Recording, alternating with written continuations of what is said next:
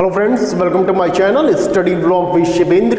देखिए, हम लोग माइनर एक्ट में आज देखेंगे दहेज प्रतिषेध अधिनियम 1961 को। ये जो एक्ट है मैंने ऑलरेडी कंप्लीट करा दिया है।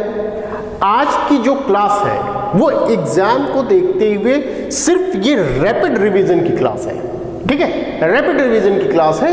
ये आज की जो क्लास है मुश्किल से 10 से 15 मिनट में मैं ये आज की क्लास को कंप्लीट करूंगा। मैं ये मान के चल रहा हूं कि आप लोगों ने इस एक्ट को पढ़ रखा है और मैंने भी ऑलरेडी इस एक्ट को पढ़ा रखा है, अच्छे से पढ़ाया है, इस पे टाइम दिया है और हर सेक्शन को बखूबी हमने बताया हुआ है अपने वीडियो में। आज जो मुझे बताना है सिर्फ 10 से 15 मिनट में आपको ये एक्ट पूरा मुझे रिवीजन कराना है कि जो मेमोरी आपकी है वो फिर से तरोताज़ा हो जाए, जो स्मृति है वो ताजी हो जाए। किस सेक्शन के अंतर्गत? ठीक उसी तरह जैसे एविडेंस में बताया गया है, सेक्शन 159, 160, 161, ये 3 सेक्शन एक साथ पढ़ते हैं हम लोग। ठीक है, तो हम लोग ऐसे ही आज का जो क्लास है उसमें स्मृति को अपने ताजा करेंगे। ठीक है, चलिए स्टार्ट करते हैं और ये मुश्किल से 10 से 15 मिनट में मैं ये क्लास कंप्लीट करूंगा। ठीक है, चलिए। नाम है दहेज प्रतिषेध अधिनियम 1961 रखा गया है। इसमें कुछ बेसिक जानकारी है वो आपको जानना बेहद जरूरी है। 1 नंबर का क्वेश्चन आपका यहीं से आएगा। देखिए, इस एक्ट का अधिनियम संख्या 28 है। लागू हुआ है यह एक्ट 1 जुलाई 1961 को। स्वीकृति मिली है इसको 20 मई 1961 को। कुल अगर सेक्शंस पूछा जाए तो टोटल इसमें कितने सेक्शन हैं? 10 सेक्शन हैं। चलिए आते हैं सेक्शन पे अपने। सेक्शन 1 में 3 चीजें बताई गई हैं। जैसे मैंने कहा, संक्षिप्त, नाम, विस्तार, प्रारंभ, ये सभी को पता होता है। लेकिन इस सेक्शन 1 में एक बात और इंपॉर्टेंट है कि 31/10/2019 से जो जम्मू कश्मीर राज्य है उसको हमने लोप कर दिया है। अब पूरे भारत पर ये क्या है? एक्ट लागू है। ठीक है, section 1 complete. Section 2 most important. Section 2 जो है कि दहेज की परिभाषा बताता है। ध्यान रहे किसकी? दहेज की परिभाषा कहां बताई गई? सेक्शन 2 में बताई गई है। आप देखिएगा वहां पर एक शब्द यूज हुआ है, संपत्ति। अब आपको यह समझना होगा कि संपत्ति में चल और अचल दोनों संपत्तियां समाहित हैं। ठीक है, एक और शब्द यूज हुआ है, मूल्यवान प्रतिभूति। ये कहां यूज हुआ है? इंपॉर्टेंट है, ध्यान दीजिएगा। पूछा जा सकता है कि मूल्यवान प्रतिभूति किस स्पष्टीकरण में बताया गया है? स्पष्टीकरण फर्स्ट, स्पष्टीकरण सेकंड। तो किसमें है? स्पष्टीकरण सेकंड में। ये ध्यान रहे, सेक्शन 2 का स्पष्टीकरण 2। ये याद करने के लिए सेक्शन 2 पढ़ रहे हैं। स्पष्टीकरण कौन सा? 2। ध्यान रहे, मूल्यवान प्रतिभूति। मूल्यवान प्रतिभूति किसको कहते हैं? मूल्यवान प्रतिभूति का वही अर्थ लगाया जाएगा जो सेक्शन 30 आईपीसी में बताया गया है। क्लियर? आगे चलते हैं। सेक्शन 3 मोस्ट इंपॉर्टेंट, दहेज देना या दहेज लेने के लिए शास्ति बताई गई है, दंड बताया गया है। कितना दंड बताया गया है? कि 5 वर्ष का कारावास दिया जाएगा और 15,000 रुपए जुर्माना लगाया जा सकता है, या दहेज के मूल्य की रकम तक जो भी अधिक हो दंडित किया जाएगा। क्लियर है? या तो ये अधिक हो जाए 15,000 रुपए आपका, या जो आपने दहेज लिया है जितना उसका मूल्य है या वो अधिक हो। जितना जो दहेज लिया है या तो उसका मूल्य अधिक है या 15,000 रुपए अधिक है, तो इन दोनों में से जो भी आपका अधिक होगा उतना दंड से दंडित किया जाएगा। आपने फॉर्च्यूनर ले ली, होंडा सिटी ले लिया, उसका दाम अधिक है, तो जितने का वो है कार उतना आपके ऊपर क्या लगाया जाएगा? दंड के रूप में जुर्माना आरोपित किया जाएगा। क्लियर है? आगे चलते हैं। ये हुई सेक्शन 3 की बात। इसी में याद रहे कि जो हमने दहेज की परिभाषा बताई सेक्शन 2 में, इसमें ध्यान रहे मेहर इसमें शामिल नहीं माना जाता है। Most important. ठीक है, इसी में हमने नोट करके लिखा है 2 चीजें दहेज में शामिल नहीं है। क्या क्या नहीं शामिल है? एक तो दहेज प्रतिषेध अधिनियम लागू नहीं होगा। कहां? 2 जगह, मेहर व भेंटों पर। जो लोग आते हैं और भेंट देते हैं उस पर ये एक्ट जो है लागू नहीं होगा। दहेज के संबंध में ये लागू नहीं होगा, इसको दहेज नहीं माना जाएगा। जो लोग आ रहे हैं आपको भेंट दे रहे हैं वो दहेज नहीं माना जाएगा। आगे चलते हैं। सेक्शन 3 हमने बताया दहेज देना है लेना। सेक्शन 4 दहेज की मांग करना, मुंह खोल दिया आपने दहेज के लिए तो भी आप दंडित किए जाएंगे। कितना दंड मिलेगा आपको? 6 माह तक का कारावास, कम से कम 6 माह तक का कारावास, अधिक से अधिक 2 वर्ष का कारावास दिया जाएगा, और ध्यान रहे 10,000 रुपए तक जुर्माना अधिरोपित किया जा सकता है। क्लियर है? आगे चलते हैं। ये हुई सेक्शन 4 की बात। सेक्शन 3 में हमने क्या, दहेज देना या लेने के लिए दंड। सेक्शन 4 में क्या है, दहेज मांग दिया, मुंह खोल गए, तो वहां पे दंड की बात। सेक्शन 4A मोस्ट इंपॉर्टेंट, दहेज के लिए क्या है, विज्ञापन आप कर रहे हैं तो उसके लिए भी दंड कितना है, 6 माह, कम से कम 6 माह। देखिए यहां भी 6 माह था, सेक्शन 4 में भी कम से कम, ये ध्यान रखिएगा।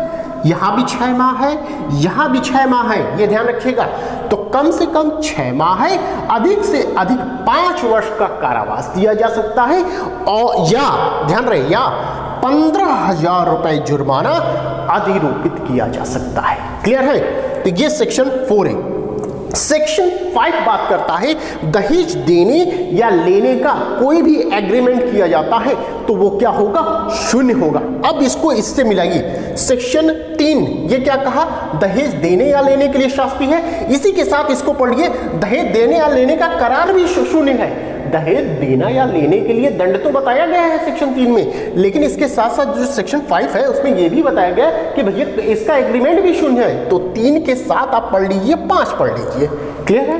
आगे चलते हैं। सेक्शन 6 कहा कि जहां, देखिए इंपॉर्टेंट है सेक्शन 6, समझिए, जहां कोई दहेज वधू के बजाय किसी अन्य व्यक्ति द्वारा रखा जाता है, वधू नहीं रख रही है, कोई अन्य व्यक्ति उसके फेवर में रख रहा है, ठीक है, तो वहां पे क्या है, वह व्यक्ति उसे 3 माह के भीतर लौटा देगा। वो कंडीशन बताई गई कब कब वो लौटा देगा, ठीक है, तो 3 माह के भीतर लौटा देगा। यदि वह व्यक्ति 3 माह के भीतर वो दहेज जो दिया गया है वो नहीं लौटाता है तो क्या दंड अधिरोपित किया जाएगा, कम से कम 6 माह। देखिए यहां भी 6 माह, 6 माह यहां, 6 माह यहां, 6 माह यहां, ध्यान रखिएगा, दंड कम से कम 6 माह, अधिक से अधिक 2 वर्ष का कारावास दिया जा सकता है, या कम से कम 5,000 रुपए और अधिक से अधिक 10,000 रुपए जुर्माना, या दोनों से दंडित किया जा सकता है। ठीक है, ये हुई बात सेक्शन 6 की। अब आते हैं सेक्शन 7, मोस्ट इंपॉर्टेंट आपका सेक्शन। अपराध का संज्ञान लेगा कौन, तो 2 लोग, महानगर मजिस्ट्रेट के द्वारा लिया जा सकता है या प्रथम वर्ग न्यायिक मजिस्ट्रेट के द्वारा अपराध का संज्ञान लिया जा सकता है। यही बात जो संज्ञान का बताया गया है, ये आपका सीआरपीसी में सेक्शन 190 आप पढ़ेंगे, वहां देखिएगा कि कौन संज्ञान लेता है। एक बार आप रिवाइज जरूर करिएगा। यदि मैं पूछ रहा हूं, यदि आपको आ रहा है तो समझ लीजिए आप सही डायरेक्शन में जा रहे हैं। मैंने पूछा कि सेक्शन 190 के अंतर्गत कौन कौन मजिस्ट्रेट संज्ञान लेते हैं, साथ ही साथ यह भी आप देखिएगा कि किसको सीजीएम के द्वारा सशक्त किया जाता है, यह भी ध्यान दीजिएगा, और किस आधार पर संज्ञान लिया जाता है। यहां पे क्या आधार है, देखिए कौन ले रहा है, महानगर मजिस्ट्रेट या प्रथम वर्ग न्यायिक मजिस्ट्रेट ले रहा है संज्ञान। ध्यान रहे किस आधार पे ले रहा है, या तो वो स्वयं ले सकता है, या पुलिस रिपोर्ट पर ले सकता है, या कंप्लेंट पर वह ले सकता है। यही बात आप सेक्शन 190 में जब जाएंगे तो वहां भी बताया गया है कि परिवार पर ले सकता है, पुलिस रिपोर्ट पर ले सकता है, इत्तला कोई मिल गई है उस पर ले सकता है, या स्वयं के ज्ञान पर ले सकता है। क्लियर? ये हो गया सेक्शन 7, मोस्ट इंपॉर्टेंट। सेक्शन 7 बात करता है अपराध का संज्ञान, जबकि सेक्शन 8 बात करता है कि भैया जो अपराध हुआ वो कैसा होगा। तो 3 कैटेगरी बनाएंगे, संज्ञेय होगा, अजमानती होगा, अशमनी होगा। ठीक है, ये 3 चीजें आपको ध्यान में रखनी है। तो ये 3 तरह की चीजें होंगी।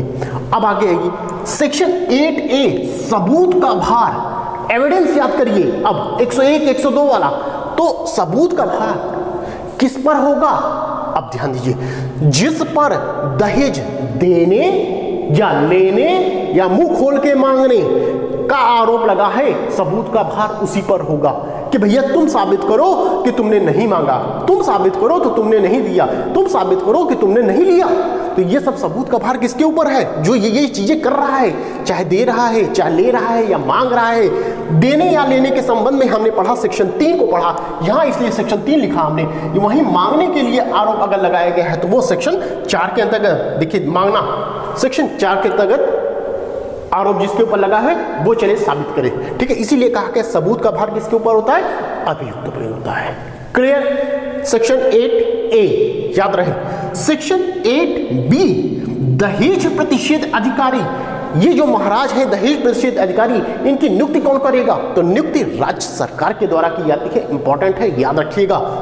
अब इनको सलाह देने के लिए एक बोर्ड गठित की जाती है, वो क्या होता है? सलाहकार बोर्ड होता है। इनकी नियुक्ति कौन करेगा? सेम ही राज्य सरकार।